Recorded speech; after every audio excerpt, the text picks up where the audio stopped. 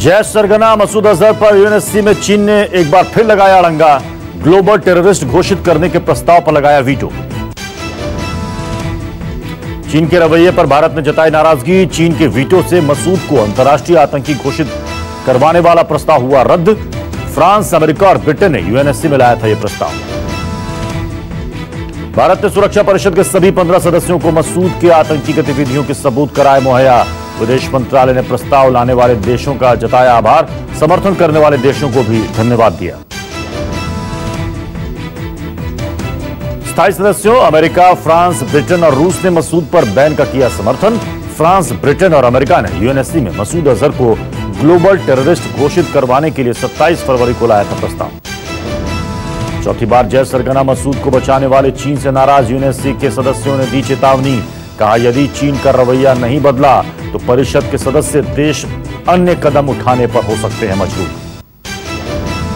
आतंकी मसूद के पक्ष में वीटो लगाने पर चीन को अमेरिका ने लगाई फटकार। कहा, अगर चीन इसी तरह आतंकियों को बचाता रहा तो क्षेत्रीय स्थिरता और शांति के मसले पर हो सकती है दिक्कत। विदेश मंत्री सुषमा स्वराज की पाकिस्तान को 2 टूक कहा, जब तक आतंकियों के खिलाफ नहीं की जाती कार्रवाई तब तक बातचीत संभव नहीं। अगर इमरान खान इतने उदार हैं तो मसूद अजहर को हमें सौंपें। आतंकी मसूद के बच जाने पर कांग्रेस ने मोदी सरकार पर साधा निशाना। राहुल गांधी ने ट्वीट करके कहा, शी जिनपिंग से डरते हैं कमजोर मोदी, मुंह से एक शब्द नहीं निकला। जैश पर अंतर्राष्ट्रीय दबाव के बाद पाकिस्तान की खुफिया एजेंसी आईएसआई की बड़ी साजिश। घाटी में दोबारा आतंकी संगठन अलबद्र को खड़ा करने में जुटी। सरहद पर अपनी नापाक हरकतों से बाज नहीं आ रहा पाकिस्तान। पुंछ में फिर तोड़ा सीजफायर। पाकिस्तान की ओर से भारी गोलीबारी के बाद पुंछ में एलओसी पर व्यापार रोका गया। पाकिस्तान को सता रहा एक और सर्जिकल स्ट्राइक का डर। राजस्थान की सीमा में बार बार ड्रोन भेजकर खुफिया जानकारी जुटाने की कर रहा है कोशिश। करतारपुर कॉरिडोर को लेकर भारत और पाकिस्तान के बीच बातचीत शुरू। अटारी वाघा बॉर्डर पर हो रही है बैठक।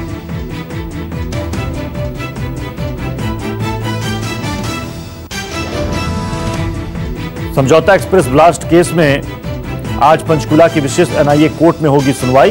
पाकिस्तानी गवाह की अर्जी को लेकर टल गया था फैसला। असीमानंद समेत 4 आरोपियों पर आना है फैसला।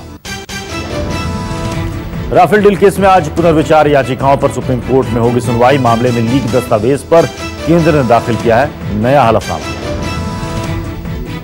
कांग्रेस ने जारी की उम्मीदवारों की दूसरी लिस्ट। 21 उम्मीदवारों के नाम का किया ऐलान। दूसरी लिस्ट में यूपी और महाराष्ट्र के उम्मीदवारों के नामों की घोषणा। आज से मिशन यूपी पर कांग्रेस महासचिव प्रियंका गांधी स्टीमर से प्रयागराज से वाराणसी जाएंगी प्रियंका। गंगा में करेंगी करीब 100 किलोमीटर का सफर।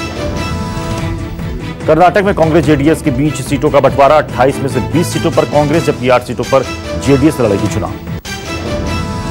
बिहार में भी महागठबंधन का रास्ता साफ। 15 मार्च को सीट बंटवारे का ऐलान होगा। दिल्ली में कल हुई बैठक के बाद बोले तेजस्वी यादव, कंफ्यूजन नहीं, अब सब कुछ हो गया साफ। एमपी में नई आबकारी नीति लागू करने पर पूर्व सीएम शिवराज का आरोप। कहा, देसी शराब की दुकान पर विदेशी शराब बेचकर युवाओं को नशे में धकेला जा रहा है। बिहार के हाजीपुर में बीजेपी नेता मुकेश कुशवाहा के घर पुलिस की छापेमारी। घर से 11 कार्टून शराब बरामद। पुलिस ने बीजेपी नेता सहित 2 लोगों को गिरफ्तार किया। यूपी के बिजनौर से सामने आई दरंगी की तस्वीर। शादी समारोह से वापस लौट रही एक मासूम से रेप। आरोपी युवक की गिरफ्तारी के लिए लोगों ने किया विरोध प्रदर्शन। गाजियाबाद में प्रेमिका से 10 साल छोटे प्रेमी ने खौफनाक वारदात को दिया अंजाम। प्रेमिका ने शादी के लिए कहा तो कर दी हत्या। लाश को नहर में फेंका। हैदराबाद में पुलिस ने ड्रग रैकेट का किया भंडाफोड़। करीब 1.5 किलो कोकीन बरामद। 5 आरोपी गिरफ्तार। भारत और दूसरे कई देशों के बाद अमेरिका में भी बोइंग 737 विमानों की उड़ानों पर रोक। राष्ट्रपति डोनाल्ड ट्रंप ने जारी किया आदेश। दिल्ली में खेले गए आखिरी और निर्णायक वनडे में भारत की हार। ऑस्ट्रेलिया ने टीम इंडिया को 35 रनों से हराकर 3-2 से सीरीज अपने नाम की। 10 साल के बाद ऑस्ट्रेलिया ने भारत में किया वनडे सीरीज पर कब्जा।